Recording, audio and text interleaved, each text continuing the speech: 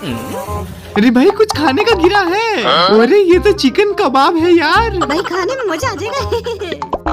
भैया आज इसको बड़े मजे से बनाएंगे और बड़े मजे से खाएंगे।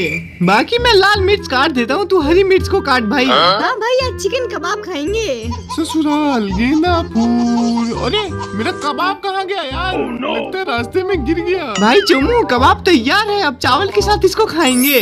अरे साला किधर गिर गया यार? ये पूरा का पूरा 150 रुपए का चूना लगा दिया। भाई हमें तो 150 रुपए का फायदा हो गया। चल खाते हैं इसको। लगता है अब नहीं मिलेगा मेरे को वो। अरे बाप रे बहुत खा लिया। हाँ भाई पेट फूल गया। और दोस्तों अगर आपको मजा आया तो लाइक करो।